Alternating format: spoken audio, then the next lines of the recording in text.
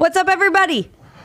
Yo. What's up, y'all? Hey, I got to warn you, What? Whitney. So I got up early, went to coffee house to work on some things. Yeah. And I ordered a coffee. And you actually drank it? Yeah, I actually drank it. I'm not a coffee guy. No. But like we had meetings late last night. Yeah, we didn't get home till after 9. I was like, I need some of that go-go juice. And so I feel a little tingly this morning. Like that? I feel a little, yeah, I feel like a little bit of awkward intensity in my veins. It's good because you're not already an intense person, so I'm sure the conversation will just be great. I'm not a caffeine guy. No, I just kind of run on my own energy. Your own juice, But so this morning I have this little. You have your regular energy. What is? I feel like Truston on nitrous a little bit today. Hey, it's the Truston of more. The Truston of more. Hey, I love it. There was this one time I was preaching at my home church in Michigan. Mm-hmm. And it was like a bucket list thing, like church I grew up in. And so I'm nervous as a champ. Like I'm nervous. And so this is, I don't know, how many years ago? 4 or 5 years ago? 4, I think. And so like I woke up super early that morning before I went and preached, and I went to Starbucks, and I don't drink caffeine ever. And so I ordered like a red drink. Like I ordered like a frou-frou, not a coffee. But they had caffeine in it? The big one. And I don't know that it has caffeine in it. And so I drank the whole thing. It's a gigantic drink. And man, I went straight crazy.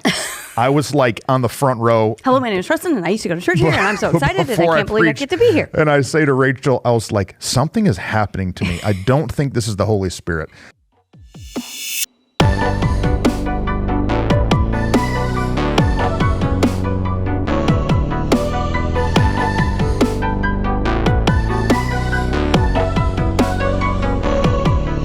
Bro, it takes me a lot of coffee now to get to where I think you feel right in this moment.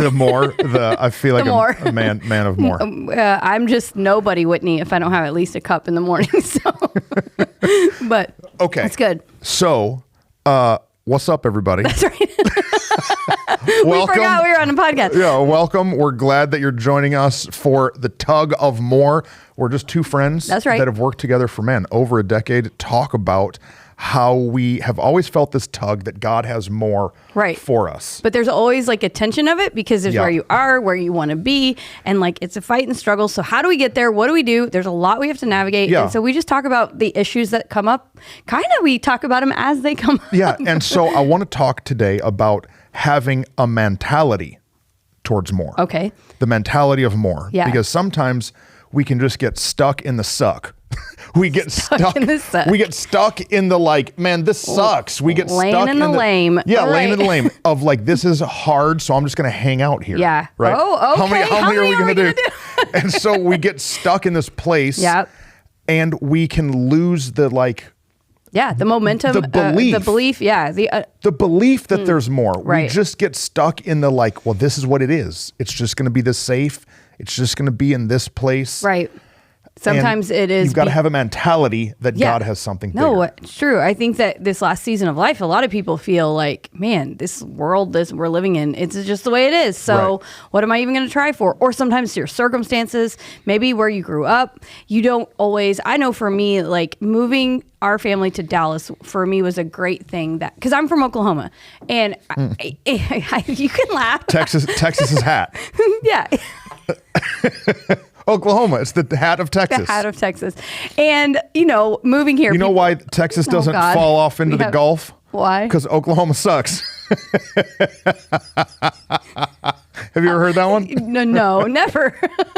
Sorry. Okay. No, so you moved from Podunk, but this is Oklahoma. The thing. So in my mind, like where we lived was Tulsa. It's a city. It's a real place. People would be like, "You have teepees and like, ride horses to school." I'm like, no, it was a city. Teepees. But however, even though the city of Tulsa we moved to the city of Mansfield. Mansfield was significantly smaller. Yeah. The what is it? The Metroplex that we are in is ginormous. The DF Dub. In fact, the other day you showed me a map that DFW is bigger than like how many states? It was a lot. I don't know, 30. There's higher population density in DFW than in like 30 of the states. Like, 35 states. It was something crazy. Yeah. And so what I realized though for my kids as they've been growing up here instead of where I grew up is they're able to have a mentality of more. Yeah. Because there is more here. Yeah. And I think sometimes we get stuck in not having a mentality of more, maybe because we haven't ever been through more, we haven't seen more, we haven't envisioned more. Right. And so it's important that we step ourselves into more and give ourselves a mentality. The mentality is the part that gets you there.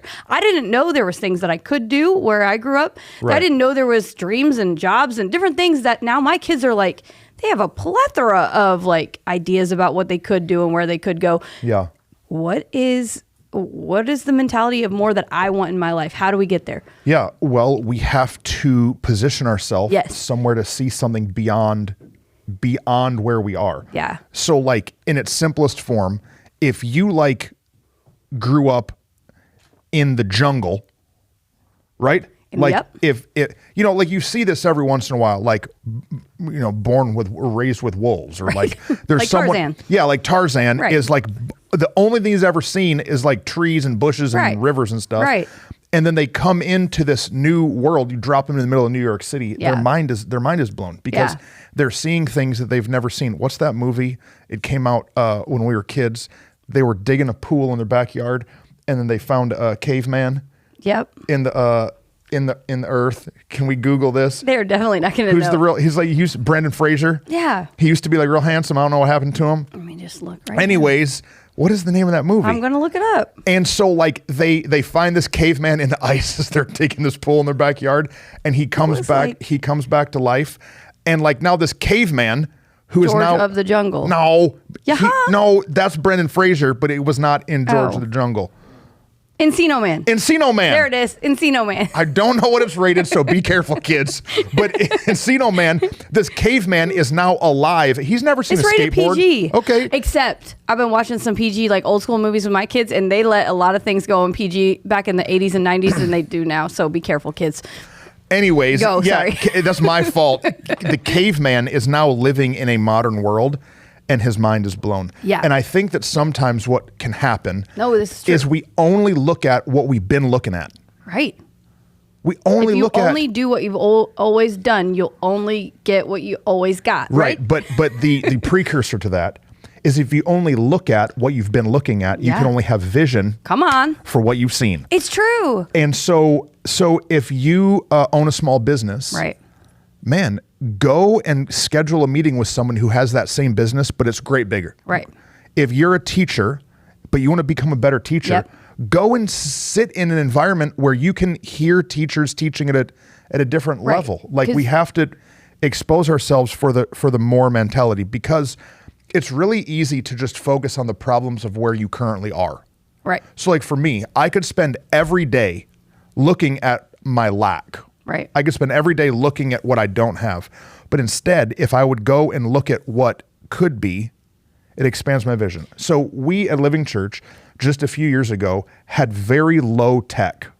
Very low tech. We, the back of our auditorium wall was literally covered in pallet boards. Yeah, not cool wood wall like this. No, pallet but boards. like Texas country. Yeah. And so I was like, man, we need to take a step up into Right. some tech. Yeah. And so we went and toured a couple other churches who had done that. Right. And I'm telling you, I never seen nothing like it. We went into these back rooms at some of these mega churches, and they've got rooms set up that look like they could launch the space shuttle. Yeah. They got like multi-levels and computer screens, and they got cameras like flying by wires in the ceiling. And I walked around there like, what in the junk kind of technology acrobats do they have going on in here? But that helped us take some steps. Why? Because we exposed ourselves. Right. No, we talked about it in our episode, I Don't Know, that every year, it was an episode called I Don't Know, not that I don't know what the episode was. Every year we do that. We intentionally put our feet in exposure of more because we believe that's what will grow our mentality. What was great about that experience was, yes, seeing bigger and knowing we could get there, but then asking some questions and learning that they were running those with volunteer teams. In our mind, when we first got there, we were like, oh, well, we're far from this because we can't hire this many people. Right. And they were like, oh, we don't hire. We have one guy, and then everybody else is volunteers. Yeah. And we were like, oh, if they can do that, then we can do that. For and sure. so the more mentality is not just bigger and greater, but it's learning how to do bigger and greater, even in your context, how to apply where you are today, where you want to go, and the steps to get there in between. Yeah. No, it's so good. They're not hiring Pixar employees every week. They don't have Imagineers from Disney. Right. They just have good old boys and faithful girls who will learn it and figure it out. Because if we watch it from a distance, we only think, well, that's so big and so grand, we can't get there. Yeah. But if we put ourselves in the exposure, it helps us go, oh, I can achieve this. Yeah. Oh, I want to achieve it. I can't maybe be there yet today, but I'm going to get there step by step. So the challenges of keeping that mentality are what? What are the challenges? Well, one thing you talk about a lot is getting comfortable. Okay. We don't want to get comfortable, but sometimes we get comfortable, and more is harder. It is harder. More is harder. Yeah. Every time. What did you say? We're just hanging out in the... What did you say? I don't know. We're stuck in the suck. Stuck in the suck and hanging out in the whatever. It but the harder is better. It gets us to more. And so if we get comfortable, it's like, well, I don't want to do it hard again. Yeah. Or I don't want to fight through more. But no, we need to. And I think that's one of the pieces. What do you think? No, yeah. Something that's super hard is to change your mind. Yeah. Like it's real hard to challenge yourself, because anytime you're trying to step into more, you have to let go of what you were in. Right? You have to you have to let go of what was to get what's about to be. And so a mentality of more means that you have to be able to stop some things. You have to be able to kill some sacred cows. So good. And so like in the church world, right? No. Like every church in the 70 in the 50s had an organ on stage. No, right. But like they had to let go of the organ to get the keyboard. Right. But then they had to let go of the keyboard to get the guitar. Right. Then they had to let go of the guitar to get the electric. And so there's like a progression of, we have to be able to let go of what used to work. We can't be sentimental. God. That's why I'm like, ugh! We were just talking about this yesterday. Yeah. That our sentimentality, because you and I both. Sentimentality. I don't know if that's a word, but it's a good one. I think it is, but our sentimentality, we're sentimental people. Like we love people. We love what God lets us do. We love the journey, all those things. And so like we can hold on to the past sometimes just because we're sentimental, and it makes us feel good. It's nostalgic. It's sweet, but more is better. And like, I remember our first house.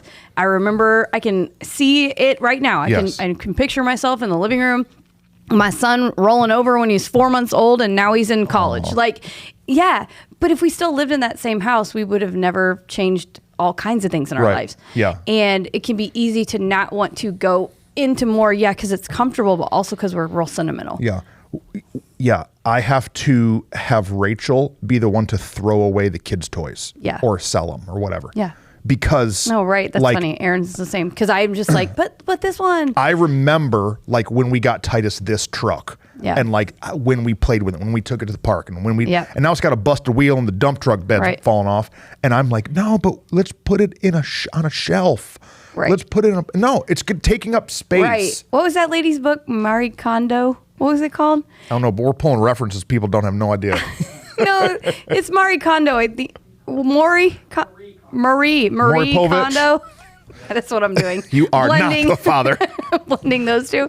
She was the one who like was like the organization lady, and she would say, you would read the book and it would say, if you look at an item and it doesn't bring you joy, then throw it away. But the problem was they all brought me joy, because they all had like a memory or something attached to them or something associated with it. And I'm like, this is not a good thing for me. Well, this is what they say on Hoarders. Yes. You seen Hoarders? Yes. They just got their whole house full of, they got like pooping in bags and stuff and keeping it. Like, no, this is not valuable. Why are you holding on to this? So good though, but because that's what we do. We hoard our ideas and our we hoard our systems. Yep. We hoard what was. We're unwilling to throw it all in the trash and try again, because we're like, man, but we've been doing it and it was so good. You remember Jimmy and the story and how that worked for him and all the pieces and why it was so good. But it's not the same today as it was yesterday. She's not talking about you, Jimmy. I got a good friend in church. His name's Jimmy. Just any Jimmy. I had a church bring me in to do some consulting. Yeah. And so while I'm there, the first thing that I did was like, give me the building tour. take me around, show me some of the things that are going on in the church. Which is just the most, and you need to know all you can know when you walk through someone's building. Yeah. And so I get to their info center or whatever in the lobby. And I've never seen so many papers and flyers and cards and things in my whole life. Yeah. They had 8 different women's things. It's not a great big church. Right. 8 different women's things, 10 different men's things. They're like passing out turkeys and like got a food donation thing, and they like got free clothes, and they got a program for this, and they got sidewalk signs. They got literally every ministry that you could ever think of over the sun, but the church can't grow. Right. Their finances are struggling. They're having issues everywhere. Do you know why? Because they would not let go of what used to work. So good. It's really good that you used to do pass out turkeys in your community. Right. Or that you used to do sidewalk Sunday school. Or that you used to do Royal Rangers. Right. Royal Rangers like Christian Boy Scouts. It's really good that we used to do those things back in the day. Remember the other day we saw someone asking on a leaderboard that they have a bulletin board where they let people put announcements. I'm like, brother, put your announcements right here on the internet. But we get scared. Yeah. We get scared that if we make a change, that somebody's going to get upset about it. Okay, let's talk about it. We have a great example. What is it? We used to pass out programs, remember? In our church. Are you coming at me with this one? No. You should. Oh, okay. But I was going to give you the attaboy because I know you didn't want to. Well, but you said yes. Okay. So I didn't want to. I was sentimental, but I made the shift. Yeah. So tell them the story. So we would, every week we would print these programs that had all the announcements of what was happening. But then we had an app and a website and Instagram and Facebook, and that had all that's happening. Right. And so we had a conversation about it where we were like, hey, we're spending X amount of money on printing. A bunch of money, yeah. A bunch of money. Cutting them, printing them, time, energy, people, editing every week, all the pieces. And then after service, we were doing 4 services. After 4? Maybe we cut them when we were still in 3 services. We were probably in 3. After service, our ushers have to run around and like prep pick the room. up because they're all crinkled. And they're throwing away handfuls. Yeah. Of programs. Yeah, and then at the end of the day, we were literally throwing away because they'd say the date and like all the, And so you were like, no, because there are people who like them.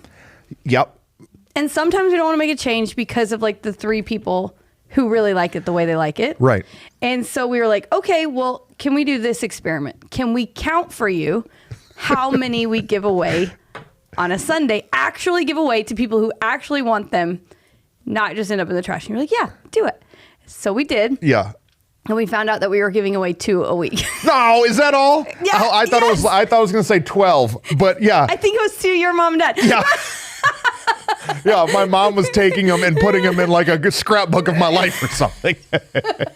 Into the box that she'll give you in a few years of the things she stored of you. Yeah. Yeah. And so we just had to stop doing programs. And you were like, I don't want to do it because what if there's some people who need it? Yeah. But we were like, but there are new ways and we can teach them new ways. Yeah. And they can learn too. And those few people, they're smart. We don't think that people are smart enough. We don't think they'll make the jump, but they will. And so they did. But the program, printing a program and passing it out, the bulletin. Right? It is hindering the better form of communication. Correct. Because what we would do is we would say like, well, just put that thing in the program. Right. And we thought that this was an effective form of communication. But until we killed the program, we weren't able to start using the app and the website and social media and announcements and all the things, life groups, right? All the things in the way that they should do. So if you don't get rid of the organ, you can't have the electric guitar. It's super good. It's super good. And the same is true no matter what your business is. We met with a business owner yesterday who said that he'd been leading his organization for a really long time. And he'd been doing it literally since like he owns a drywall company. And he'd literally been doing it since he was hanging drywall and carrying it in the back of his van. Yeah. And he said, our business has grown by millions of dollars in revenue over the last several years. And he said, I finally had to learn that my son understands spreadsheets. He understands systems. He knows things in a way I don't know them. Yeah.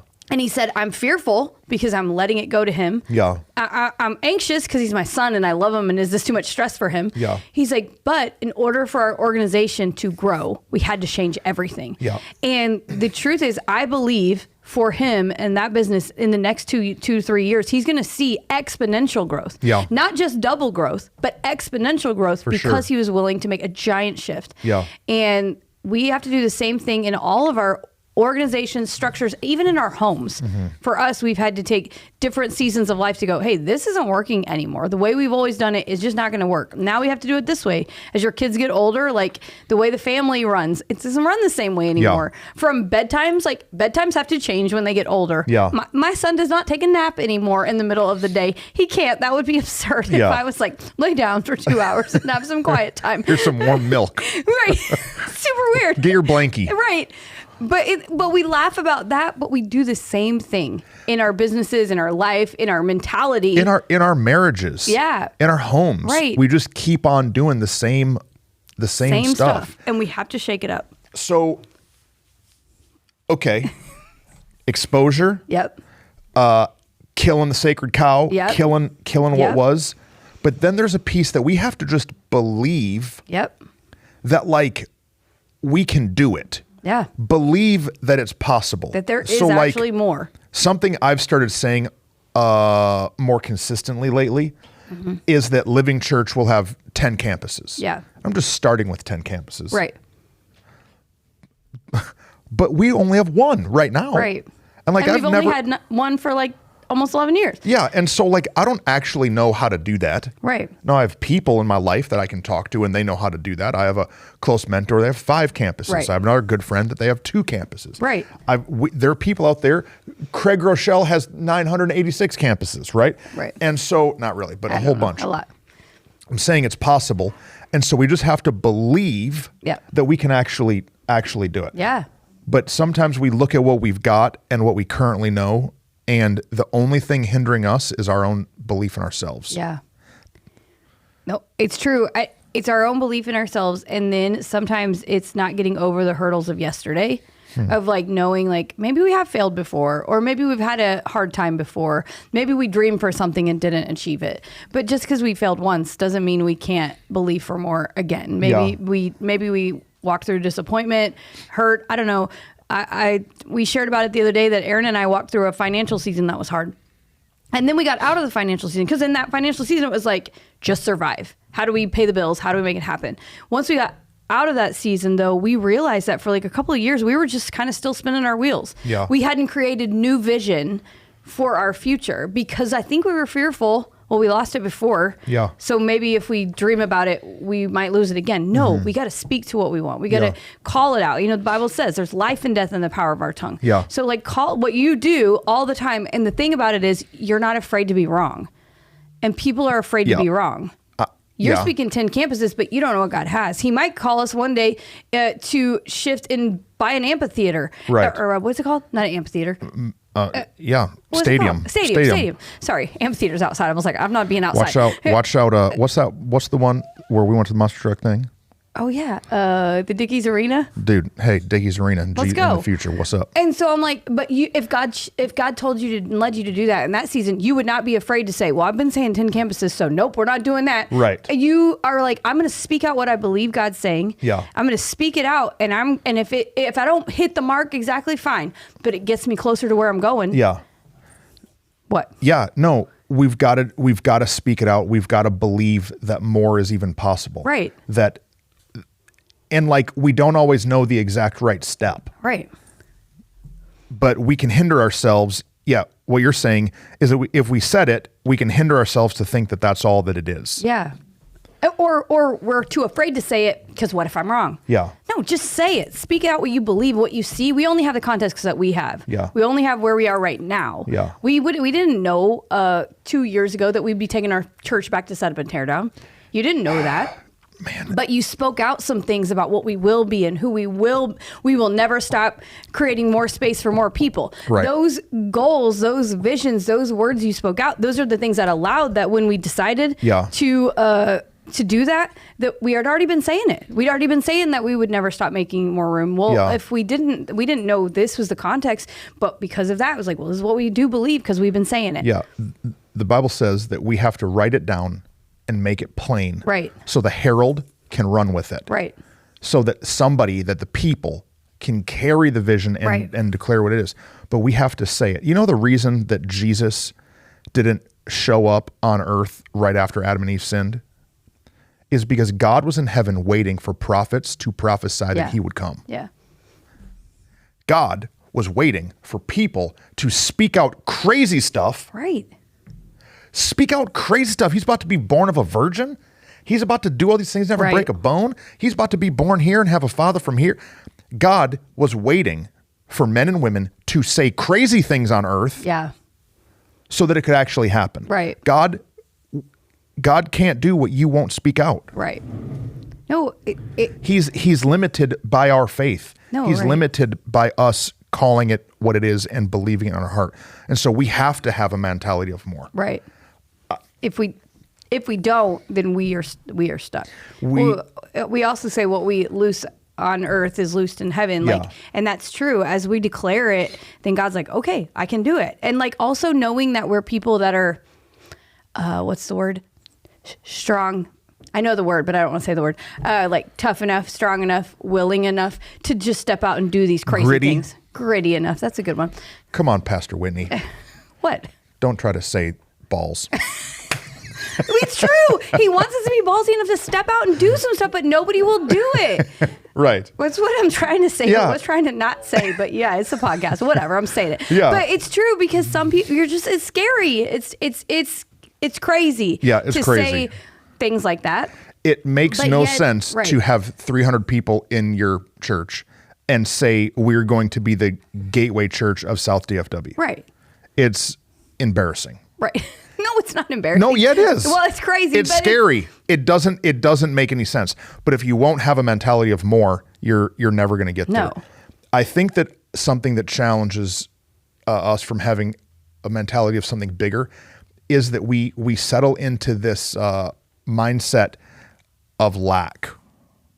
Yep. A poverty mindset. Yep. So remember, I know we're talking a lot of Bible this one. That's okay. So if you're a viewer and you're not like down with God, hey, come on, he loves you more than you can imagine. That's true. And so this is what we've built our lives on, and we've seen God be faithful time after time. Yeah, no, for sure. So remember when God told Moses, I have a promise for you. I have this land. It's about to be incredible. We're about to hook you the junk up. Right. And so Moses is ready to go into this new thing. But then they get there and they send in some spies to go check out the land, and they see a bunch of giants. Right. Bunch of big armies with walled cities. And 10 of the 12 spies that went into the land say, we can't do it. Right. They brought back like the prosperity of the land, grapes and like honey and milk and all these things. And they bring it back, and Moses is sitting there like looking at the promise right before him. Right. But he listens to fear. Mm-hmm. He listens to lack. Right. He thinks there's no way that we can go up against these armies. Right. He just saw God part the sea and walk through it. And not only that, but then kill the army of Egypt. Right. He just saw God do it. He didn't have a sword in his hand, and God did it. But yet he was afraid that they couldn't do it. And we get this poverty mentality. We get this like, we can't do it. Because the truth is, you can't do it. Right. But God can. Right. If he's called you to it, we just have to have a mentality of more. So you know what Moses did? What? He spent his whole life wandering. Oh, yes. He spent the next 39 years till he died. It's true.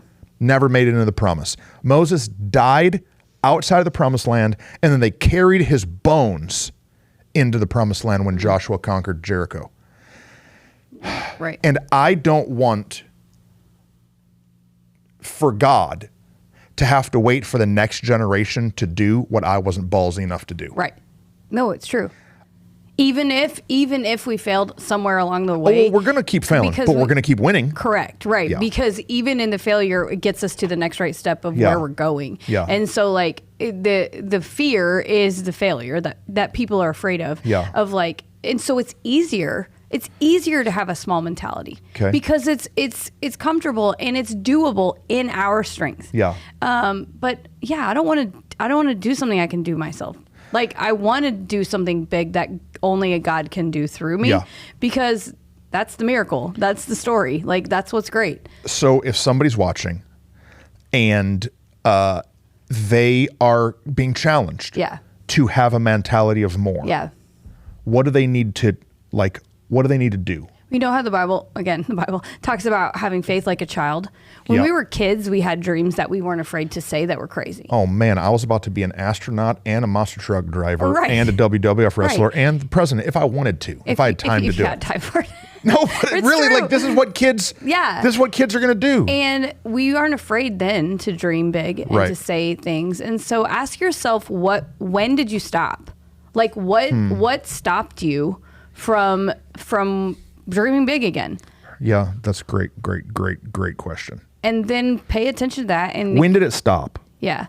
It probably stopped around some hurt. Absolutely. It probably stopped around some insecurity. Some people's voices. Yeah. Some people started talking smack and saying what you weren't. Or maybe we start looking at what we aren't compared to what God says we are. Yeah. And we lose our mentality of more. Yeah. And so you said write it down, make it plain. And for me, that's what I've had to do in lots of seasons of life. I wasn't ready yet maybe to speak it out to anyone else. Yeah. But I was going to write it down and make it plain to myself. Yeah. To know that, like, okay, this is who God says that I am. This is what he's called me to be. This is the more that I want for my life. And then once you've written it out, then you need to share it with somebody else. Yeah. And I think, you got to pay attention to when did I stop and why did I stop? And then again, we talk about emotional health all the time. You got to deal with that junk. Yeah. You got to deal with it because you're going to, even if you can get to there, then it's going to stop again if you haven't dealt with why you felt that pause in the first place. And then start dreaming for real. Start putting yourself in places. I'm telling you, us putting ourselves in places, they're not even always church places. No, dude. We went up to Disney World this last summer with our family. And just the idea of seeing how they do what they do, the excellence of what they do, the magic that they create, it is such a great piece for us that we've been able to hold on to in our context to go, oh, there's more we can do here. What? No, something you said made me think. And if Rachel is here, she would tell the same story. So I'll tell it on my wife's behalf. This is not my wife. This is my friend. Yeah. We know. If you're new. So Rachel grew up in poverty. Yeah. Not just like kind of poor, like poverty, didn't have food. Like they had to pray that God would send a chicken and a chicken would walk down the street and they'd eat the chicken in Mexico. Like poverty. Then got to America and it was just as bad, seasons of homelessness.